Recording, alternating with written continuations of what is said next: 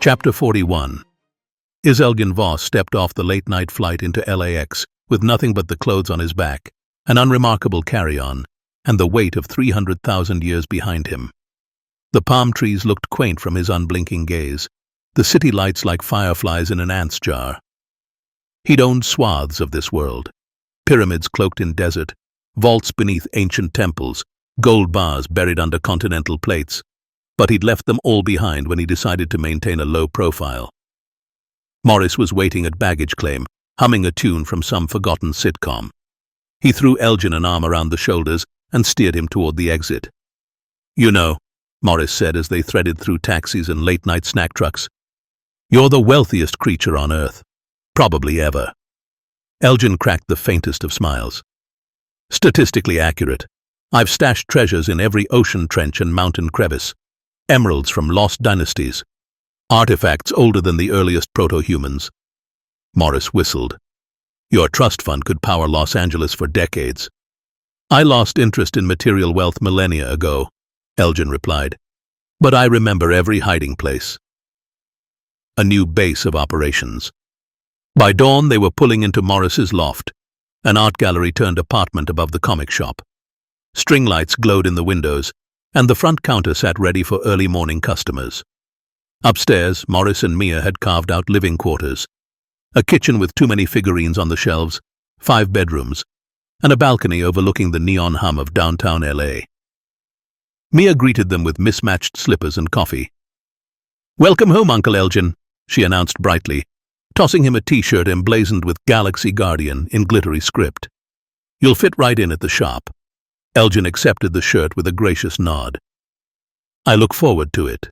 Miss Gooby, visiting for the weekend, arrived next. She'd already enthusiastically helped Morris unpack ancient coins, stellar charts, a small case of handcrafted goblets that Elgin claimed once belonged to Sumerian poets. The official cover story. That afternoon, they gathered in the back office of Morris's multiverse, a sanctum of vintage posters, half-assembled models, and Morris's beloved taxidermy Tauntaun. Morris cleared his throat. "Okay, team, here's our story. Elgin here is Mia's great-uncle from Phoenix, recently retired from aerospace research. He's decided to help us at the shop while he looks for a new place to call home." "Sound good?"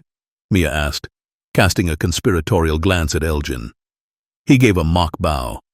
"Perfectly plausible. I've already dusted off my customer service smile." Mia escorted her uncle downstairs, introducing him to their regulars as if he'd always been part of the crew. Elgin chatted about early space telescope designs, dipped his fingers into trading card piles, and politely corrected a fan's notes on warp drive theory. Back in the office, Mark arrived to join their planning session. "You look less regal than I expected," he teased, handing Elgin a steaming mug of cocoa. Elgin winked. A king in exile must learn to blend in. Setting the table for battle. That evening, Morris, Mia, Mark, Miss Gooby, and Elgin sprawled around Morris's coffee table, blueprints and star maps spread out like war plans. Elgin produced a small hollow ring, one of hundreds he kept hidden across continents. "This device," he said, tapping the ring's face, "can localize Kronos's prison within a 10-meter radius. We'll need to distribute these to each of you for remote triangulation." Mia's eyes shone. "With your knowledge of ancient tech and our combined gear, we actually have a shot." Miss Gooby nodded, pulling her notepad closer. "And living together means rapid deployment. No more juggling warehouses and bunkers. This is our headquarters." Mark leaned back, feeling the old thrill return. Bigger than any baseball diamond, more urgent than any moon vault. He exchanged a look with Elgin.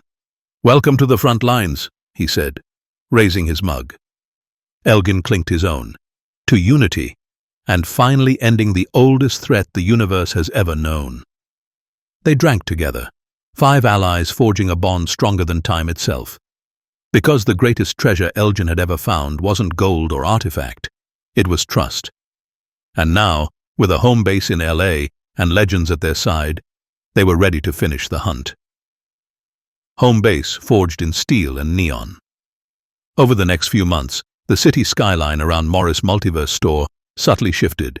New lights on the upper floors, fresh paint on the brick facade, a discreet security panel by the alley door.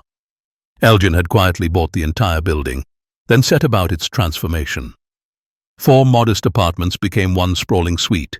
2 back rooms merged into a gleaming command center beneath hidden floor panels, and the cramped stockroom upstairs gave way to a lab humming with arcane scanners and star map projectors. When he unveiled the final floor plan, Morris nearly wept. Morris, arms outstretched, voice crackling with joy. "Elgin, you've turned my comic shop into home base prime." Elgin, smiling. "It's more than bricks and mortar. This is where our next move against Kronos will be plotted." Miss Gooby arrived that evening with houseplants and welcome home brownies. She slipped her hand into Morris's. The two silently agreed. Life was good. They unpacked art prints together, vintage space pulp covers that now hung above plush couches, and teased one another about whose turn it was to host movie night. Miss Gooby, holding up a framed poster. "You'll forgive me if I place this above the couch." Morris, mock protest. "I'll forgive you. Just this once." Mark, meanwhile. Mark continued living in his parents' house with the understanding that he would move to Maury's place for the summer. He FaceTimed every planning meeting from his bedroom desk, books and baseball trophies framing his grin. During his first in-person visit, Elgin gave him a private tour. Elgin, tapping a button under the bookshelf. "This panel slides." Click. A corridor of monitors and glowing glyph arrays revealed itself. Mark, eyes wide. "You turned it into a fortress." Elgin, clasping his shoulder. "A safe house and a beacon. We need both." They gathered in the secret lab, 5 figures beneath a hollow map of Earth and tangled wormholes. Giddy from the shared victory of a home made just for them, they reminded themselves this was just the beginning. Mia, adjusting the map's focus. "Now that we're under one roof, literally, we can hit Kronos' prison faster." Miss Gooby, raising her coffee mug.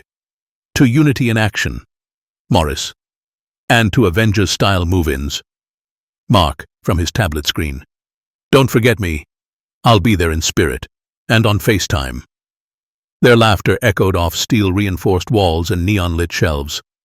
Outside, the hum of Los Angeles carried on, unaware that in a refurbished comic book store, the greatest quest in the universe was being plotted. And for the first time in centuries, Elgin felt truly at home. The quiet before the storm. The command center's holomap bathed the room in pale blues and greens, each loop and node a potential gateway, and, if miscalculated, a yawning abyss of disaster. The 5 of them circled the table, faces lit by the restless glow of wormhole simulations. Mia tapped a blinking icon. "We could breach here first, minimize exposure." Mark leaned forward. "We could deploy drones, pulsed shields." Miss Gooby raised a hand. "Wait, before we get to tactics, we need to talk strategy." Elgin folded his arms, gaze calm, but steel-honed. "You're all eager. I don't fault you. But this isn't just our fight. This is the universe's fight. One wrong step, and every human gray and silver mind is erased from history." A hush fell. Morris cleared his throat, leaning against a lab bench. "Gooby, you had an idea." She nodded, voice confident. "We bypass the usual secrecy. Go direct to the UN. Brief every head of state. If leaders know, they'll mobilize. We get resources." Elgin's eyes darkened. "And incite panic on Earth. You think generals won't seize the crown for themselves, or hunt down me and Mia for experiments? History shows that powerful humans are not trustworthy." Mia cut in softly. "He's right. Chaos would spread faster than any contagion. We'd be heroes for a day, and martyrs the next." Mark frowned. "So, we keep it all under wraps?" Elgin nodded. "For now, we'll build a network, trustworthy, small, diverse. Specialists in astrophysics, quantum engineering, field medicine, and even deep psych operatives to counter Kronos' mindworm whispers." Miss Gooby looked surprised. "That's a big expansion." Morris grinned. "And kind of fun." Elgin smiled thinly. "We should take our time to plan it right. Kronos' prison has been solid for 300,000 years. It can hold for few more. The problem will happen if humans or any other species finds it and opens it. We are going against a god.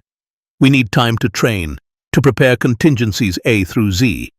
If Plan A fails, Plan B must already be in motion. He flicked his wrist. A schematic bloomed above the table. 1. Reconnaissance teams, untraceable drones in deep space. 2. Mobile containment units, hardened by gravity warp composites. 3. Neural shield implants, to block Kronos' psionic reach. Emergency extraction pods, for instant retreat. 5. The Pandora Directive, erase his consciousness, convert to stabilized dark energy. Gooby stepped closer. Who do we recruit? Elgin's fingers trailed over the list. We begin searching Earth's fringe. People who've already brushed the impossible. A cryptologist who cracked a star frequency code in her dreams. A marine biologist studying impossible psionic echoes beneath Antarctica. A retired grey diplomat who believes in peaceful coexistence. No armies, no governments. Mia nodded. Small cells, loyal to the mission. Mark took a deep breath. And us? We'll train them here, in Morris's multiverse, under the radar. Miss Gooby smiled. I'll craft their training modules. Ethical hacking, crisis negotiation, survival medicine. Morris tapped his chest proudly. And I'll keep morale high, with pizza nights and movie marathons. Laughter broke the tension. Even Elgin chuckled. He looked around the table, eyes resting on each face. Then it's settled. We'll build humanity's, and the galaxy's, first line of defense. Quietly, carefully, united. They raised their mugs, coffee, cocoa, tea, a can of energy drink, an unspoken vow echoing in their hearts. 3 different species, 5 minds, dozens to come. One purpose, end the oldest threat time has ever known. Chapter 42. Galaxies at our fingertips. Elgin stood in the hidden lab, the holomap dimming as he gestured to a glass case. Inside lay 4 gleaming silver devices, each roughly palm-sized, each humming with dormant power. You already have successfully discovered how the anti-gravity, the teleporter, and the cloaking devices work. Powerful and simple. I will teach you how to use the other gizmos you still don't know. This is the stellar interface, he said, lifting the first. Its surface rippled like liquid mercury. It syncs with your neural imprint, and then links you to any gate in range. Think of it as a universal key. He held up the second device, a crystalline orb threaded with golden filaments. The phase vector beacon. You plant it on a world, and it broadcasts your coordinates across subspace. Rescue, resupply, or recall can find you anywhere. The third looked like a compact prism etched in fractal glyphs. The gravimetric anchor. It stabilizes local space-time. Without it, a long-range jump could end in undesirable destinations. With it, you'll arrive intact. The last device was a small cylinder crowned with a shifting star pattern. And the quantum relay. It relays messages faster than light, across the entire Milky Way's outskirts. You'll never lose contact. Mark and Mia exchanged excited glances. They'd last seen only 3 of these devices. Elgin's supply team had hidden the others when the teleport range clipped out over the woods. Now, with all 7, they'd extend safe operations from Earth to the galaxy's fringes. Mia stepped forward. Elgin, if we're going to train with these, you'll need to show us where they can take us. We need real missions. Practice runs. Mark nodded. A short hop to Titan, a scout trip to Proxima B, even a survey of the Orion Nebula rim. It'll prepare us and bond the team. Elgin's jaw relaxed into a rare smile. I've kept those routes secret. Too many eyes, too many risks. But you've earned my trust. He tapped the stellar interface to his temple. The lab lights flickered as the holomap expanded. Wormhole corridors traced themselves through star clusters. Very well, he said. We depart at dawn. The first jump will be to Raythan Prime, a mining colony on the galaxy's edge. You'll learn gate calibration, emergency recall, and the feel of true weightlessness in transit. Miss Gooby clapped her hands. Team bonding on a distant world. This is going to be legendary. Morris fist-bumped Elgin. "I'll pack extra snacks. No space fluids allowed." "How about we leave this coming Friday after school?" suggested Gooby. "I have a test to give to my students, and Mark and Mia have midterms. It has to wait until the weekend." Morris confirmed his agreement with a nod. As they gathered around the table, plotting their maiden voyage beyond Earth, the lab crackled with anticipation. For the first time in 300,000 years, a Silver Guardian would lead a ragtag human resistance on adventures, not just battles. And somewhere deep in the deepscape of Gates, Kronos' prison trembled, unaware that its hunters were learning how to be more than soldiers, but explorers, friends, and pioneers of a new era. Smoke, laughter, and new faces. The sun was dipping low when they pulled into Joe's driveway, a gentle glow promising burgers, laughter, and the comforting chaos of family. The scent of charcoal mingled with summer grass as Mark, Mia, Morris, Elgin, and Miss Gooby climbed the porch steps. Jasmine flung the door open with a wide smile. "Welcome, squad! Come on in!" Ben and Jason barked greetings from behind a folding table laden with condiments and paper plates. Martha had inherited Joe's easy grin and Jasmine's quick wit.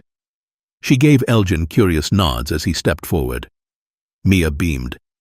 "Uncle Elgin, meet my parents, Joe and Jasmine. Elgin's been on a bit of a soul-searching tour. He's finally decided to settle back here in LA." Joe wiped his hands on a towel and shook Elgin's hand firmly. "Great to meet you, sir. Mia's told us an uncle of epic proportions was coming to town." He winked at Mia. Elgin inclined his head with practiced grace. "A pleasure, I hear." I hear your barbecue skills are legendary." Jasmine laughed, flicking a spatula like a conductor's baton. "Only if you survive my secret recipe ribs." Morris sidled up behind Elgin, patting his shoulder. "Speaking of legendary moves, Joe, you should know I'm not in my old apartment anymore. Miss Gooby and Mia and Uncle E, are all up in Morris's multiverse, top-floor suite." Joe raised an eyebrow, then grinned. "That's awesome, man. Nothing like living above your workplace. We'll have to have you all over more often." Miss Gooby tucked a stray hair behind her ear. "We'll bring the popcorn for movie nights." Ben, ever the inquisitor, edged closer to Elgin. "So, Mia said you traveled everywhere? What's the coolest place you've seen?" Elgin smiled gently, choosing his words like rare gems. "I once visited a place where cities were built on the tides of glowing oceans. But the warmest place is always a family gathering like this." "Portugal?" Ben asked. "Perhaps a Polynesian island?" "I don't remember," Elgin answered. "It was too long ago." Jason rolled his eyes playfully. "Smooth answer. You're good." They moved outside to the patio, where the grill hissed and flared. Joe handed Elgin a custom burger, 2 patties, cheddar, caramelized onions, and Jasmine passed him a tall glass of iced tea. Elgin took a thoughtful bite, then nodded approval. "Extraordinary." Mia nudged him under the table. "Told you so." Miss Gooby and Morris chatted with Jasmine about remodeling the building's loft, plans for a hidden archive, extra shelving for comics, but left out the secret lab space Elgin insisted on keeping under wraps. Meanwhile, Mark hovered at the edge of the circle, listening as Joe quizzed him about the possibility to go back to play baseball again. As twilight settled, the group gathered around the fire pit. Sparks drifted upward like tiny stars, and laughter echoed into the evening. Elgin watched the flickering flames, his eyes reflecting both centuries of wisdom and the simple joy of this moment. Morris raised his marshmallow-tipped skewer. "To family, chosen and otherwise." They all chimed in. "To family!" And in the warm glow of Joe's backyard, 5 heroes, human, grey and silver alike, found a rare gift, a peaceful evening, far from wormholes and cosmic threats. For tonight, they were just friends and family, sharing stories, food, and the kind of laughter that no force in the universe could ever erase. Continuum. Secured. Mark and Gooby stepped off the elevator into Morris's apartment, just as the late afternoon sun turned the city skyline bronze. Mia and Morris were waiting in the living room, each holding two matte midnight black shirts folded perfectly in their hands. "Welcome to official training weekend," Mia announced with a grin. "Your uniforms await." They unwrapped the shirts, and their eyes went wide at the metallic silver hourglass printed front and center, its sand curling upward into the crown glyph. At Mia's signal, they slipped them on over their school clothes. The neon blue lines in the hourglass pulsed faintly as their warmth activated the heat-reactive ink, a soft glow that looked almost alive. Gooby held up the sleeve to inspect the narrow band of binary code.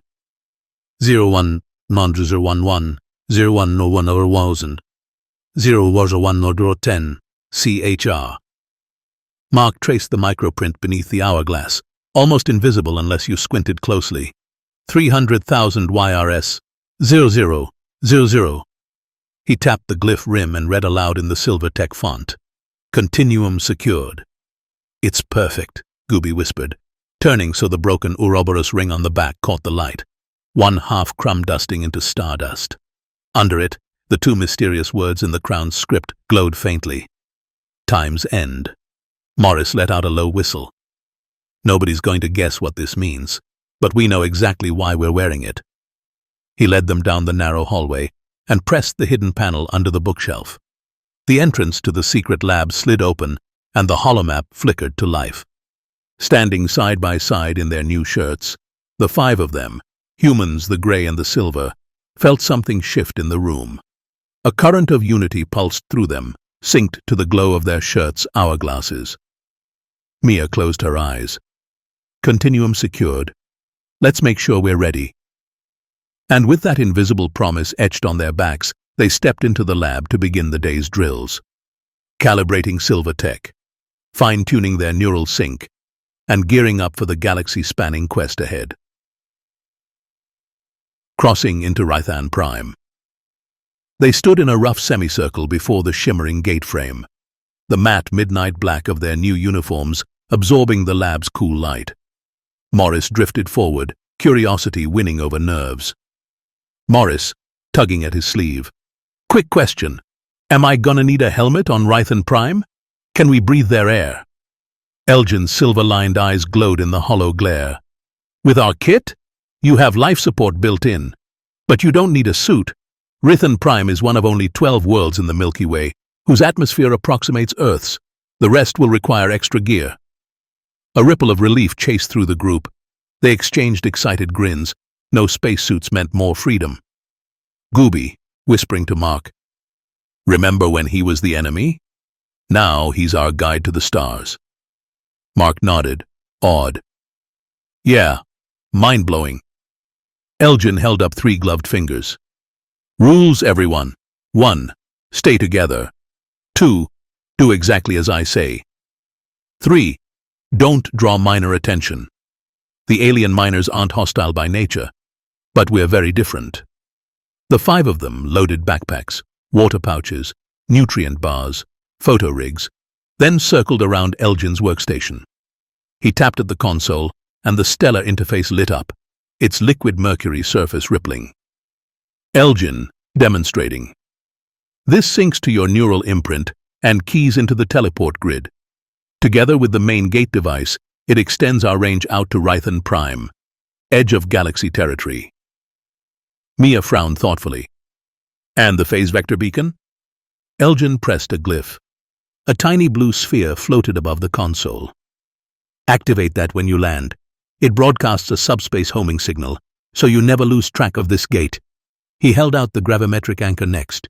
"This one locks your personal gravity field to Earth standard. No stumbling from low or high gravity zones." He let them examine each device, then quizzed them. Elgin. "Morris, what does your interface do?" Morris proudly. "Neural sync, universal key to any gate." Elgin. "Gooby, phase vector beacon?" Gooby. "Homing signal so we can find our gate anywhere." Elgin. "Mark, gravimetric anchor?" Mark. "Keeps our gravity the same as Earth's, no matter the world." Elgin. "Mia, why are all these critical?" Mia, smiling. "Without them we'd be lost, weightless in the void." Elgin nodded.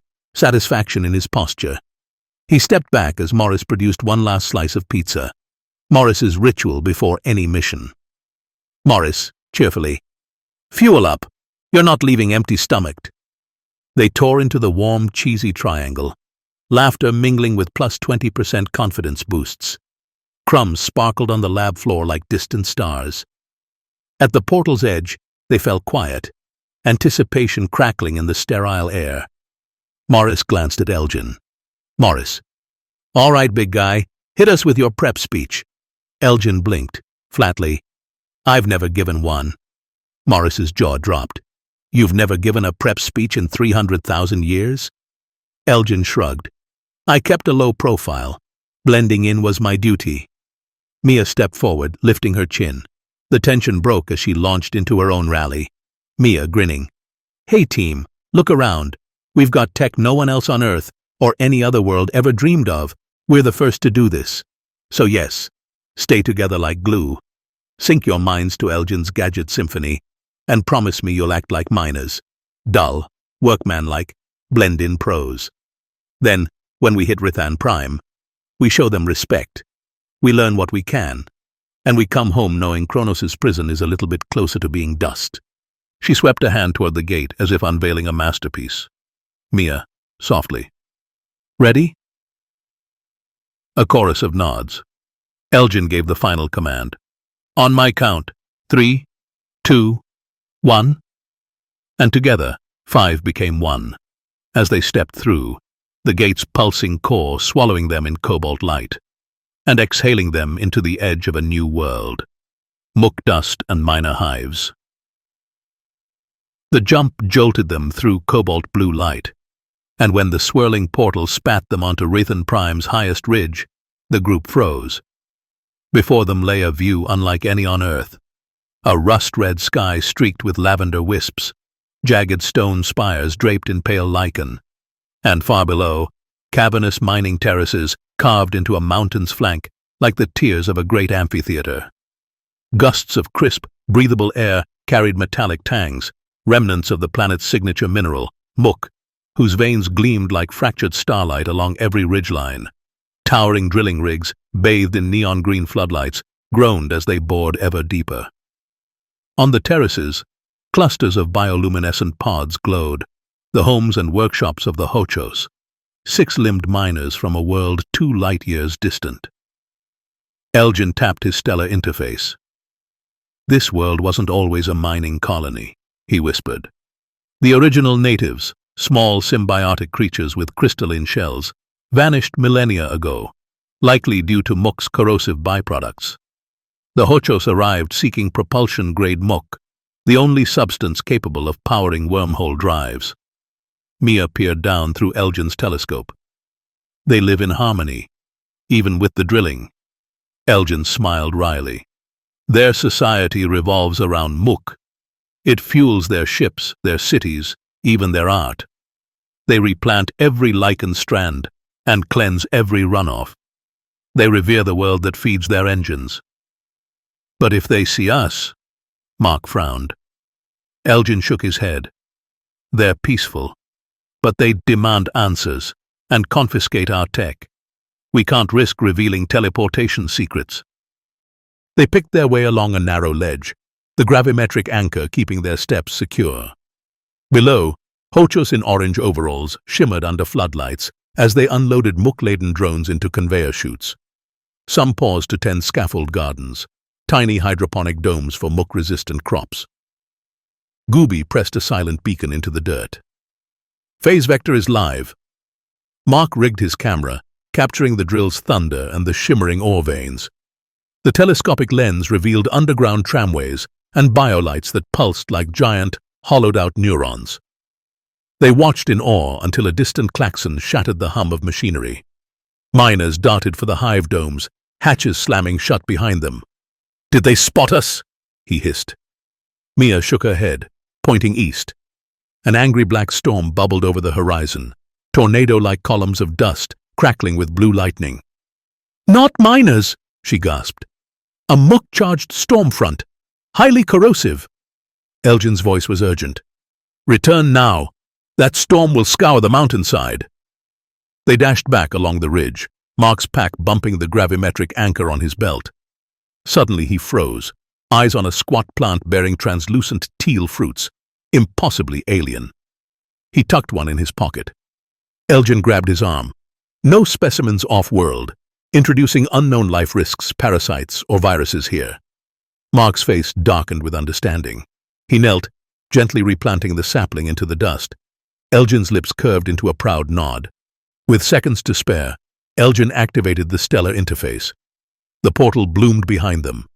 They leapt through as the first gusts of the storm roared over the ridge. Back in Morris's lab, the portal sealed with a hiss. Elgin triggered a sequence of bright UV and gamma lamps that bathed the room in flickering white light, designed to kill any stray alien microbes. Breathing hard, the group stared at one another. Mia broke the silence with a laugh. "We just went farther than any human in history." Morris pumped his fist. "We're the first to see Mook in the wild." Gooby grinned at her shirt's pulsing hourglass. "Continuum secured." Mark touched his pocket where the fruit once lay, and saw only empty dust. Elgin watched them, eyes soft. "History is ours," he said, "and it's just beginning." They cheered, the lab ringing with the pulse of discovery, and the secret knowledge that no one else on Earth would ever believe what they had seen.